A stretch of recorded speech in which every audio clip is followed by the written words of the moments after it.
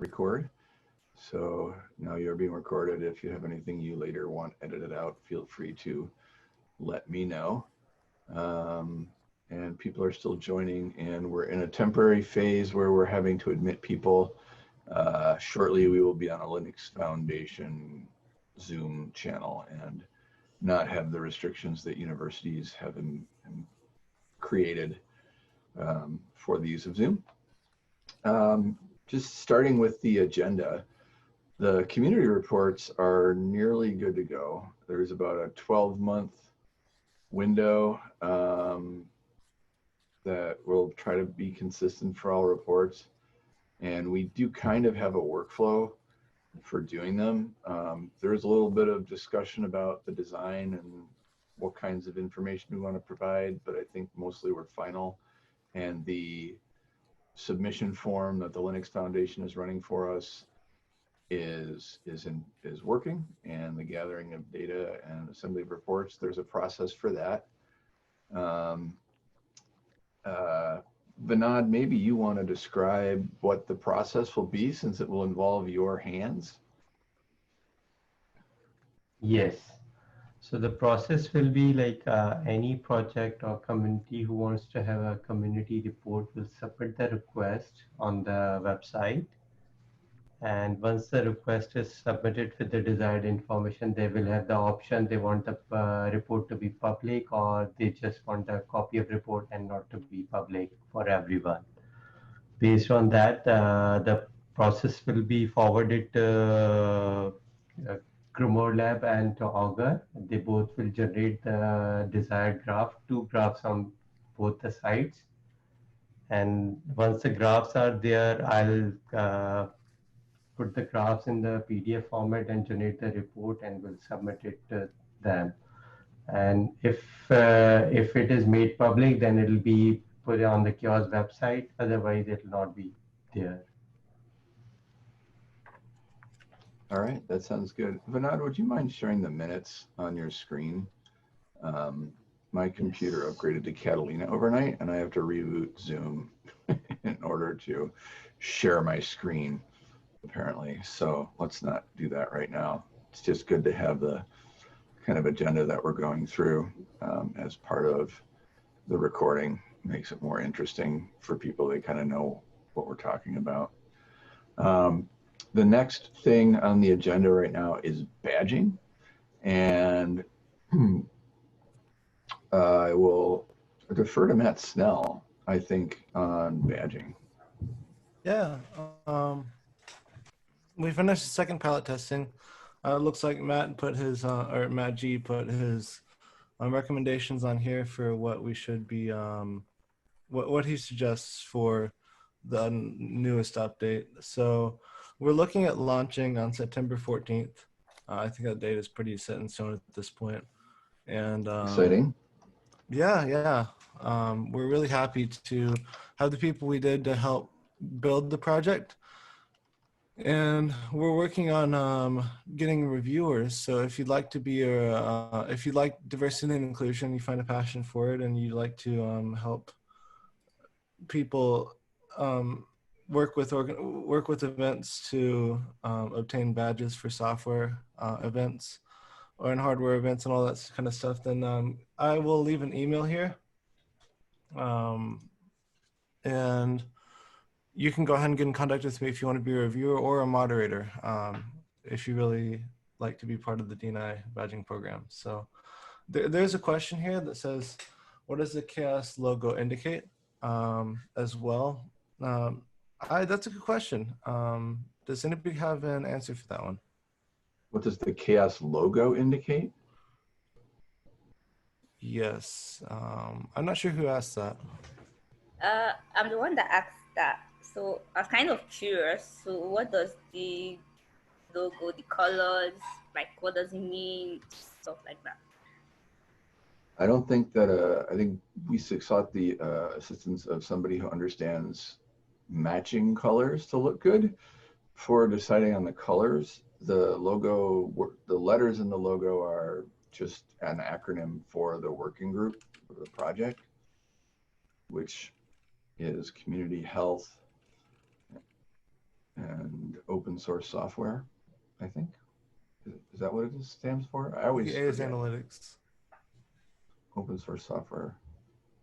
Community, okay, health analytics. There's a section Open source software. on CHAOSS.Community that is kind of, it's more of a media section, but this might be, it has not as much information about the logo either, but it has some kind of information about what we use in the logo. That might be a good question to ask Matt G, who's not here right now, I think the or logo Georg, was, who's not here right logo now. was created by the Linux Foundation. Oh, okay. So ostensibly it follows some kind of style. Yeah. I think if I remember correctly, they gave us 3 or 4 different versions, and this is the one that we chose. Oh, I did not leave my mic on for typing, but I'm leaving my email here, and if we, that's pretty much it for badging right now. We're just getting ready for launch and kind of hunkering down on the documentation. All right, that sounds good. So connect with Matt S to become a reviewer. There is an item I wanted to bring up about so over the course of the last month, maybe a month and a half, the Evolution Working Group has been wrestling with how newcomers misunderstand the term reviews when they come to CHAOSS for the first time, because their first instinct is they think reviews are code reviews. And they actually are merge requests in GitLab, pull requests in GitHub, and change requests or code changes in Garrett. So we have the 3 major Git repositories.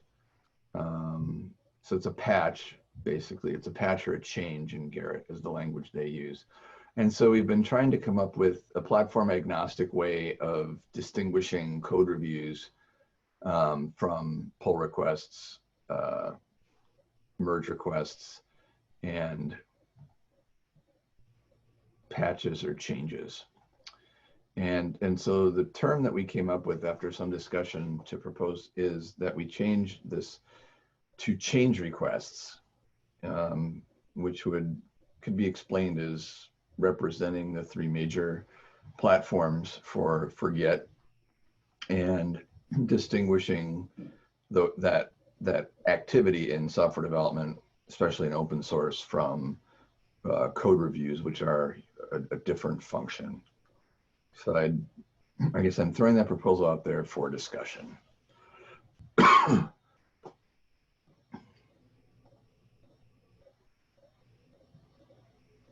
I would +1 change request. I think that's it's pretty clear what that means.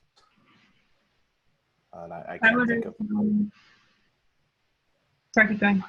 No, go ahead. I was just going to say I can't think of something that it would be confused with. So. Yeah, I think the language is pretty clear as well. I mean, I'm assuming we're also going to provide our own definition of it and why you chose that language. So I think with those 2 things, it should be fairly clear.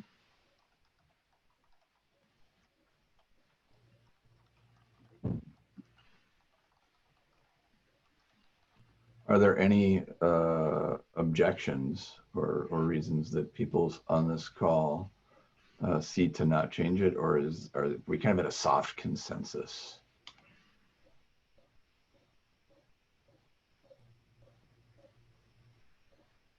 What is the process going to be to change that actually? Because there are, I'm sure there are multiple mentions of that metric in other metrics. So it's not just changing 3 or 4 metrics that use that language. It's going to be going through, and almost every work group is probably going to have to do it. Yeah. So what I'll suggest. Sorry, was somebody else trying to talk? Yeah, last time I think it was in the evolution call or in commons call, we decided to change all the metrics and create a pull request for that. That was in my action item. I haven't done it, but that is in my action item. So does that satisfy the the 3 or 4 issues that, or the 3 or 4 metrics that you're just changing the name on, or does that Yes. satisfy every CHAOSS metric that makes a reference to these metrics at some point? I think we're going to have to, well, we'll need to search, like I know some common metrics.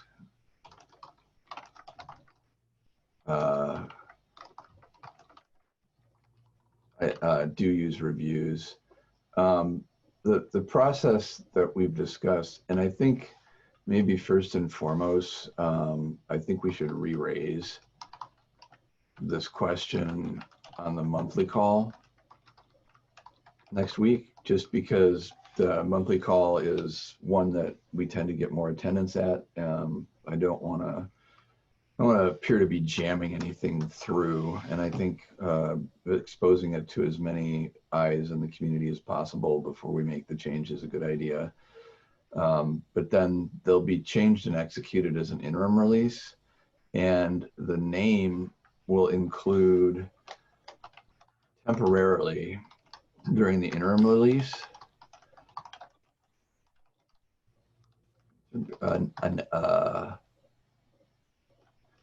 a parenthetical reference to the old name.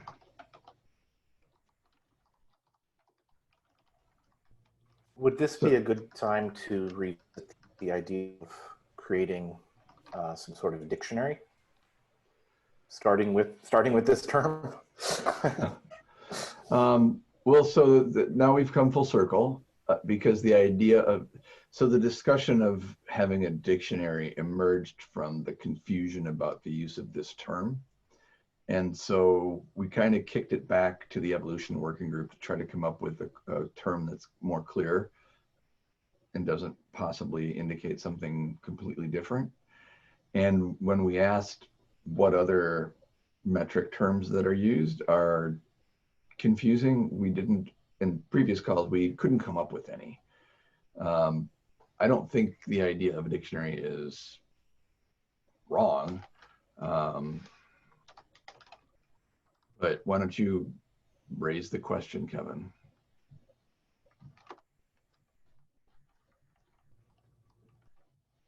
Like, what's the Kevin? Give us the argument for a dictionary.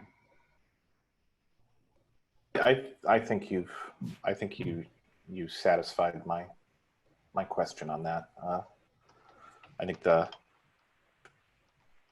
think we should only create it if it becomes an issue that can't be resolved through this name change. So, okay. Otherwise, it's just an extra layer of things that we have to publish and manage. Yep. Okay. All right. I don't have a context, but I think review is like a pretty widely used term. Mm-hmm. And I don't know if it's not perfect, but I think it's going to be, I'm a little worried that it might create more confusion than it's worth. And I think, I can't remember if it was Kevin or somebody else who brought it up. Like, if it also impacts other working groups, then, forcing other working groups to change their terminology, that seems like a lot of work for, I don't know if there's a justification or benefit of really doing this. Yeah, I see that perspective. I have I only know my own experiences, which are I've only used reviews to refer to code reviews, and we get the question a lot when people first start engaging in the evolution working group. They think review means code review. And to some extent, so I don't know how widespread the misconception is and how widespread the common use of the term is. I don't have a view outside of my own experience. But Ray, obviously you have experience that says review is what it means. Yeah. So it's just kind of a different layer of abstraction, right? So a pull request is a code review, but it's also all of the discussions that occur around the pull request. So there's more to it than just a code review. In fact, there is, I think GitHub as a platform has begun to incorporate code reviews into the processing of pull requests. It's something I think GitLab and Garrett have, I think it's been central to Garrett from the beginning as I learned my Garrett history from Ildiko. And it's, I suspect, Ray, very commonplace to think of them that way, even though they're called merge requests in the GitLab community. That I would be intuiting that from your knowledge of GitLab. Yeah, but I mean, review, I don't know, like, even if you do it through pull requests or merge requests, it doesn't have to be code that you're reviewing. Right. Somebody could be updating a handbook and it gets reviewed. Right. Right. And then it doesn't always, like if somebody does a +1 or thumbs up to say, yeah, this looks good to merge, right?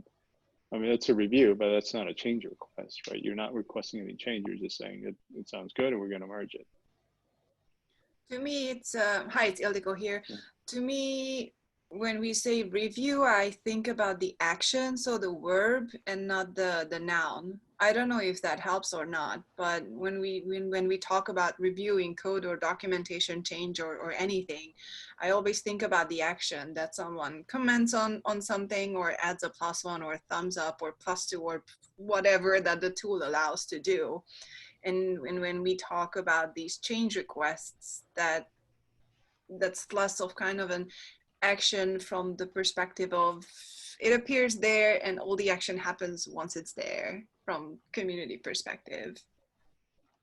I don't know if that viewpoint or angle helps with, I don't know, differentiation or figuring out how it's best to phrase when it comes to metrics. But code change is something that's there and that you view at it, and the reviewing is kind of an action that you go through and provide feedback on the change, on, again, whether it's code or not. That's a sort of a deep detail that we probably don't even need to really go into. Now that you, oh, sorry. No, I just wanted to say that it was, just my 2 cents. Take it or leave it.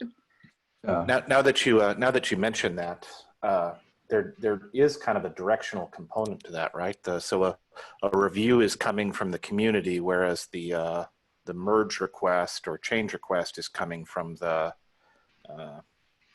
contributor. So is there a difference in how we handle that directionality?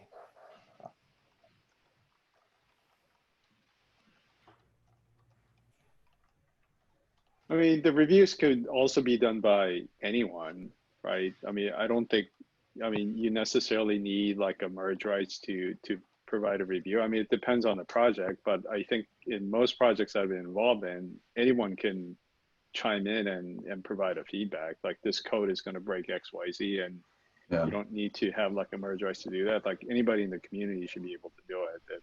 For most projects that I've been involved in. But. Yeah, like on Augur, my team now lets me do reviews, but I'm not allowed to approve pull requests anymore because they're closer to the code than I am, and it's been kind of dangerous the times where I've merged things in the last year. So, like I can put a review in on anything. I just can't approve it to go forward.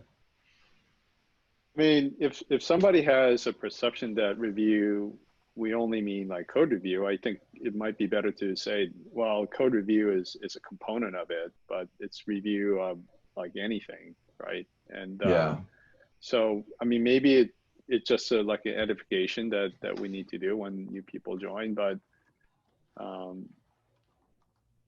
yeah, I mean, that's just my 2 cents, But once again, I would say review handles that component of from the community side, right? It's the receiving side. The person the review itself or the pull request itself is a change that has been submitted for review. Right? So there's two sides. It's the change that has been submitted and then the reaction to that change that's been submitted.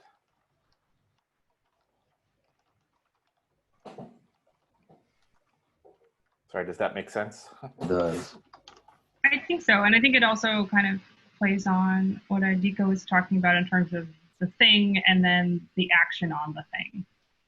And if you're thinking about activity logging, then they would be measured separately. How many things you submit and then how much chatter or comments or other, how many people raise reviews on that one thing. So I think they could be measured separately from the activity perspective, which would also be nuanced per platform. So I don't want to throw too much drama into that because we're trying to be consistent across as many platforms as possible. But I think there is still a distinction between the thing and then the action.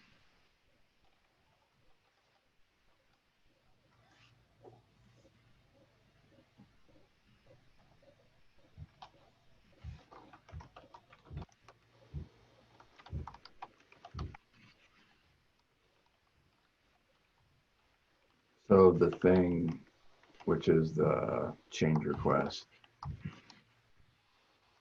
and the action, which is the review. Is that right? Mm-hmm.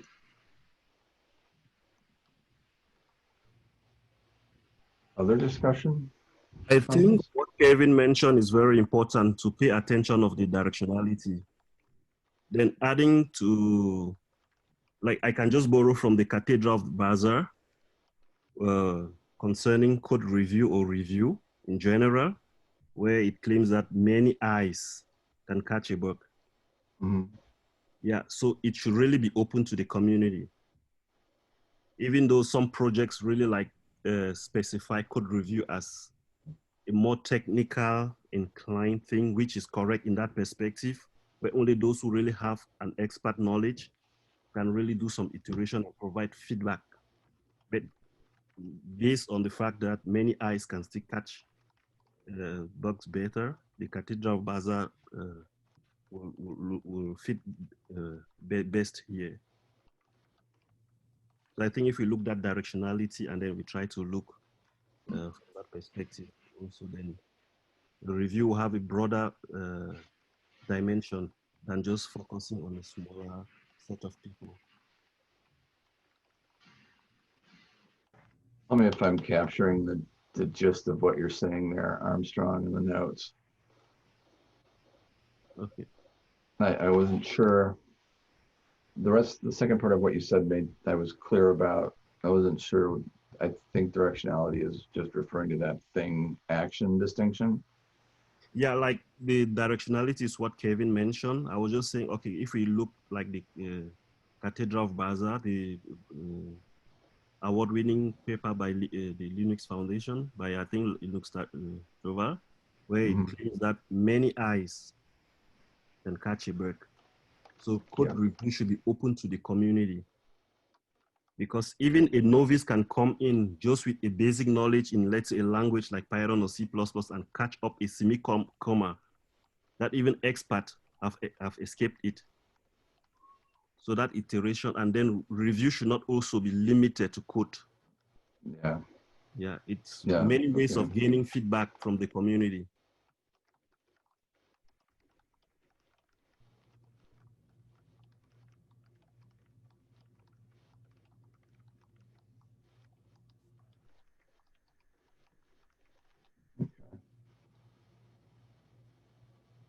Other comments on this? I think these are great discussion points, and I think it's really important that we have these notes and that we raise it at the monthly meeting before the working group for evolution goes about changing anything. The concerns about what is the reach beyond evolution, we understand it pretty clearly within evolution, and I know from my participation in Common, there are some references to reviews, principally as things that we might filter on when it comes to a couple different metrics. I don't know if there are any other working groups that reference reviews or not. I would have, but I think a search of the CHAOSS organization would reveal that fairly quickly. And that could be a to-do item for me.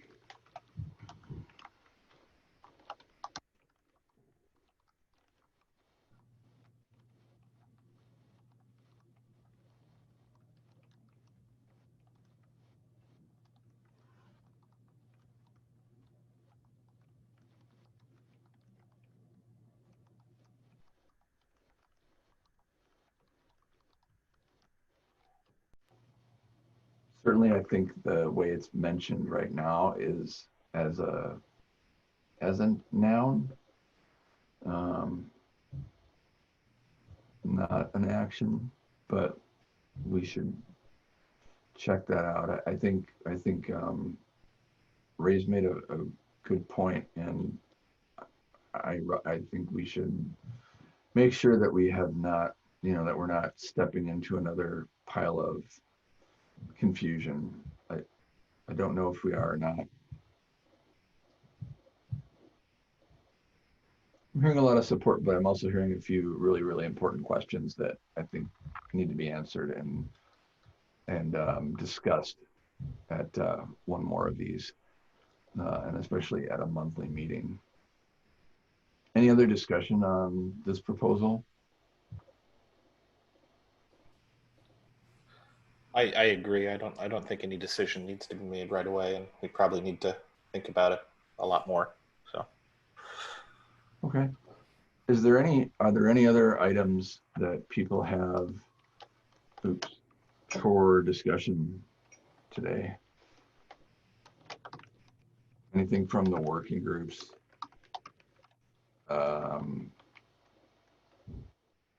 Diversity inclusion, is there anything beyond the badging program that we should talk about here?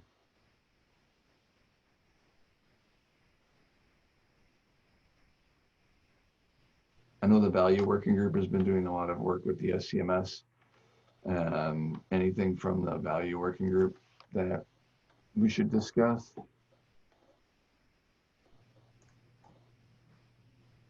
Common. We've discussed evolution quite rather enough, and risk doesn't have anything new right now since we've just released.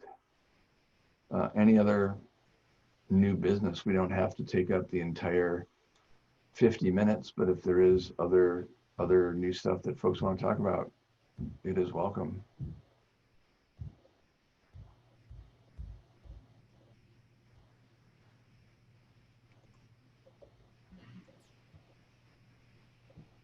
I have a general question for the group.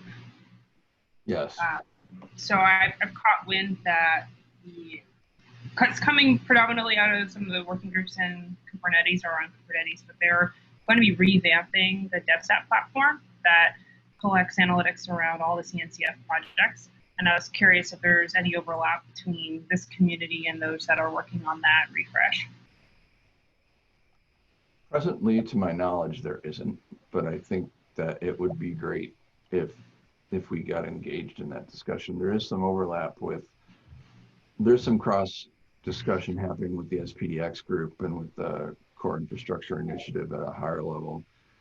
But to my knowledge, we don't have anything in discussion with the DevStats group. What would be the path for starting to listen in on those discussions and participate in a meaningful way? Because it sounds like there might be something that CHAOSS has to offer. And yeah, I can raise that internally. I have someone that I work with at Google who's been involved in that initiative, so I can ask what's the way for CHAOSS to support this, or just be engaged, because I think they have a pretty extensive platform. And it's always see how they decide, because right now I saw some of their notes and they're going through user journeys and revamping some of the common tables that they have, and they have all the analytics of who's actually been visiting what and how. So potentially changing some of the dashboards and displays within DevStats and trying to better understand who's using it and why. And so they're kind of at more of those formative conversations, but it seems like there's still kind of open room for influence and discussion. And I know there's a lot of co-interest between these groups. So I can ask about that and follow up with this group next week. That would be great. Thank you, Sophia. Yeah, I've always, when I look at, DevStats, Kubernetes is a very special project because of the scale of contributors. But they have a very nice platform for displaying the stats, and the fact that they're revamping it is very interesting.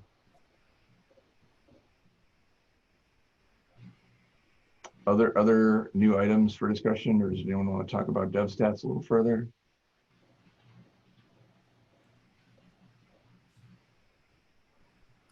Maybe check in with the community handbook. So yeah. So I worked on the community handbook and wrote the general values which being lived out inside the CHAOSS project, and I also wrote the community guidelines, defined the guidelines like how one can get connected with the organization, what are the follow-ups, and what are the rules against, like if anything doesn't happen at a particular place. So I'll share the link here also, though I have been following up with the mailing list. And recently, though I'm done with the two sections of the handbook, which is the values and the community guidelines, and now I plan to work on the section of the working groups. So I had some few questions. I also kicked off the thread, like for a discussion thread regarding this stuff. So it would be great if I can ask the question now. That would be okay. Sure. I mean, depending if, yeah, go ahead. Yeah.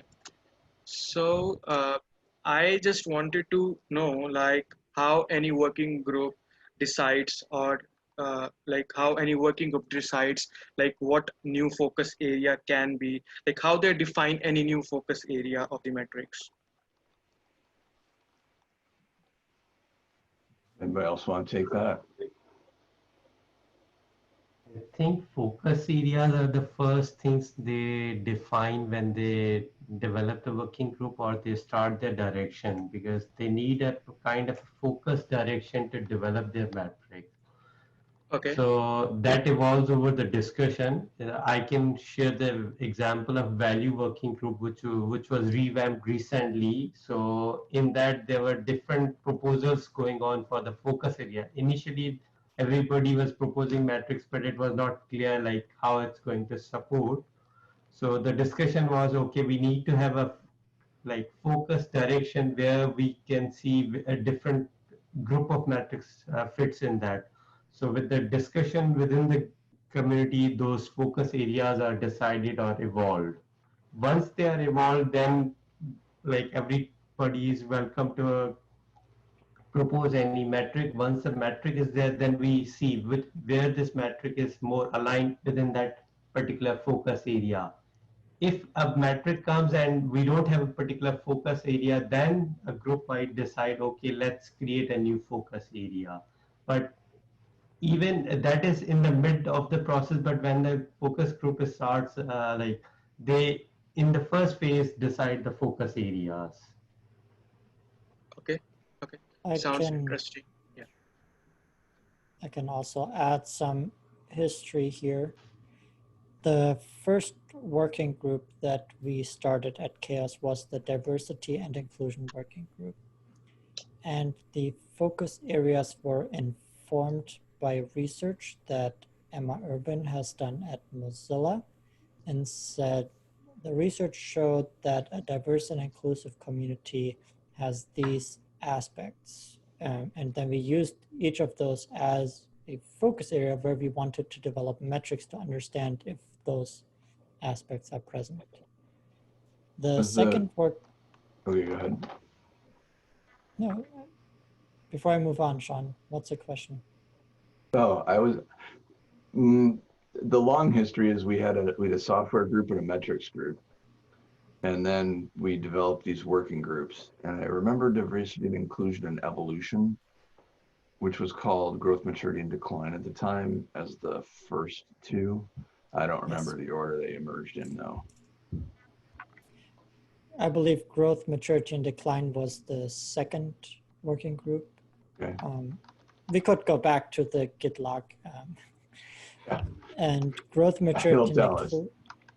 yeah, the growth, maturity, and decline, or now evolution working group. I believe the focus areas were formed around the different things that were being measured again. So issues, pull requests. Isn't that what the focus areas are still today? Yeah. They've changed a couple times, actually. There were a couple of restructurings in evolution.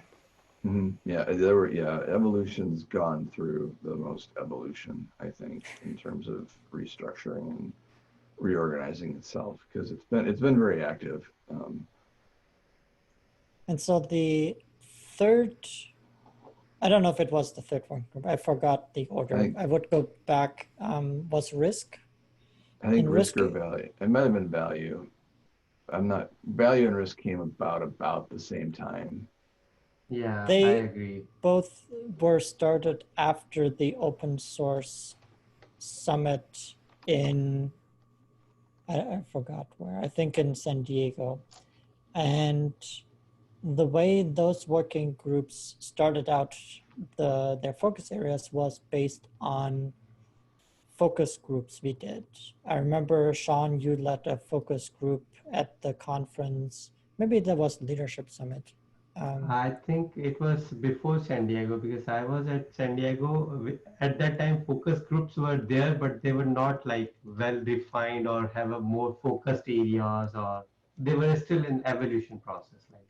Yeah. I want to say it was the Leadership Summit in 2018 where those two working groups came to be.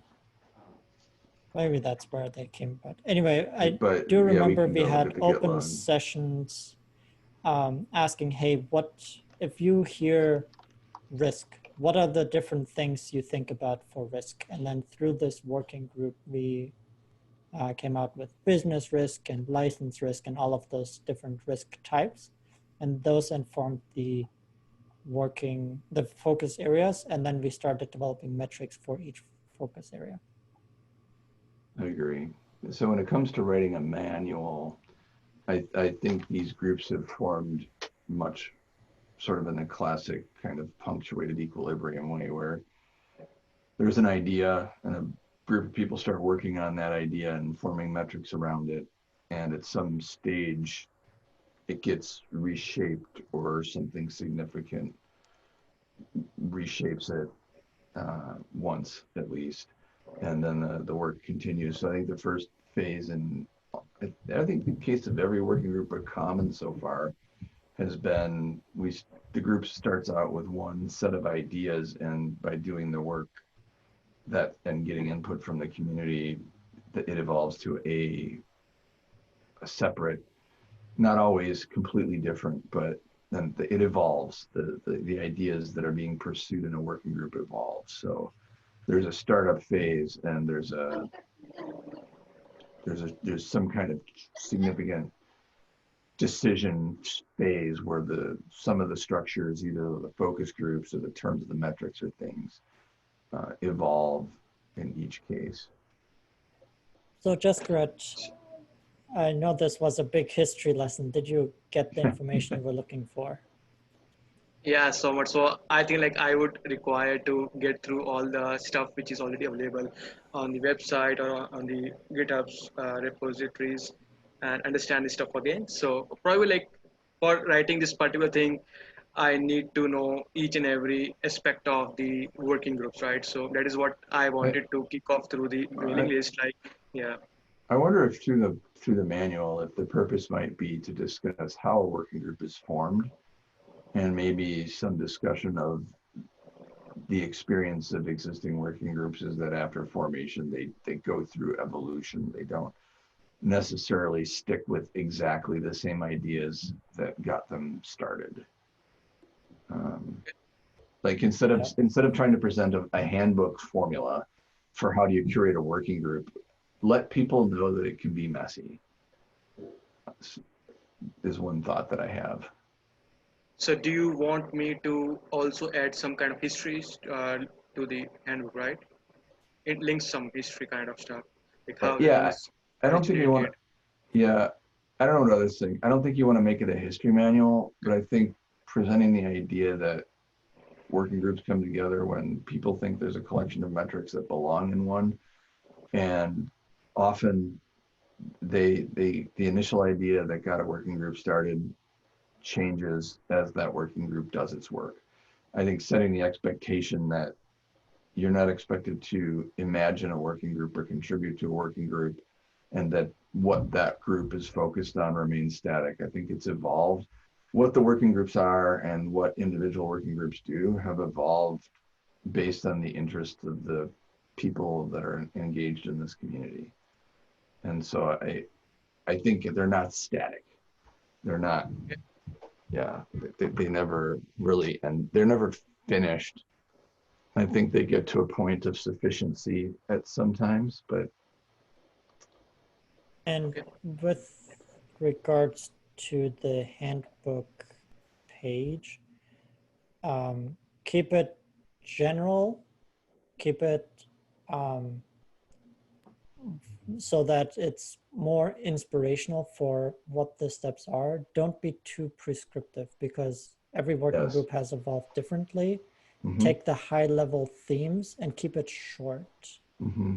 It's good to know, hey, this is approximately how it works, but we don't have to say you need to do this and this and this and this and then have 300 lines of text. That will not be helpful. So keep it high level. Yeah, I think that's a very succinct point, Georg, is just, yeah, this section definitely don't make it prescriptive because there hasn't been one way, and it's not the manual for assembling your motorcycle. It's something far less well defined. Sure. All right. Do we have some written supporting documents regarding the evolution of working groups somewhere? The only thing that I have is the presentation I gave at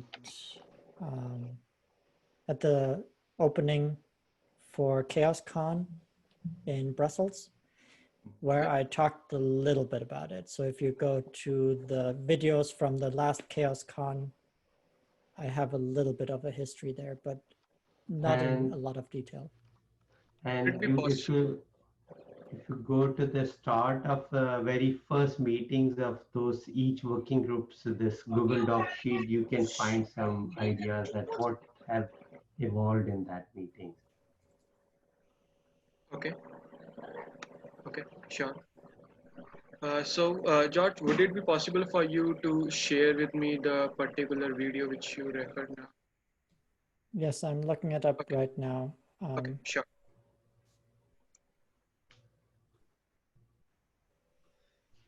We have 3 minutes left in the allotted time. So, I just shared my the updates regarding GSOT in the comment section itself, and so yeah, you guys can get through it once. I will put those in the notes. Who's taking these copious notes? I really enjoy the detail level today. That's me. I love it. Okay, thank you.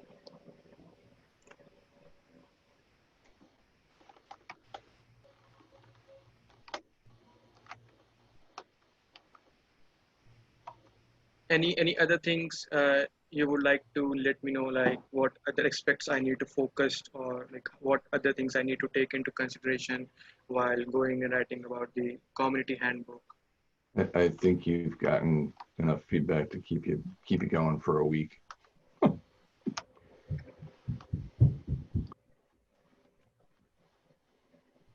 So with that, I think we're just about out of time. Any other new items that folks have? Really great meeting, everyone. Good discussion about a lot of important things. Glad everybody was here. And please do, if you have the opportunity, come to the monthly meeting next week, and we can get a little bit more discussion on some of the more engaging topics that we had to talk about here today, and hear more exciting news about what's going on in CHAOSS. I'm going to stop the recording.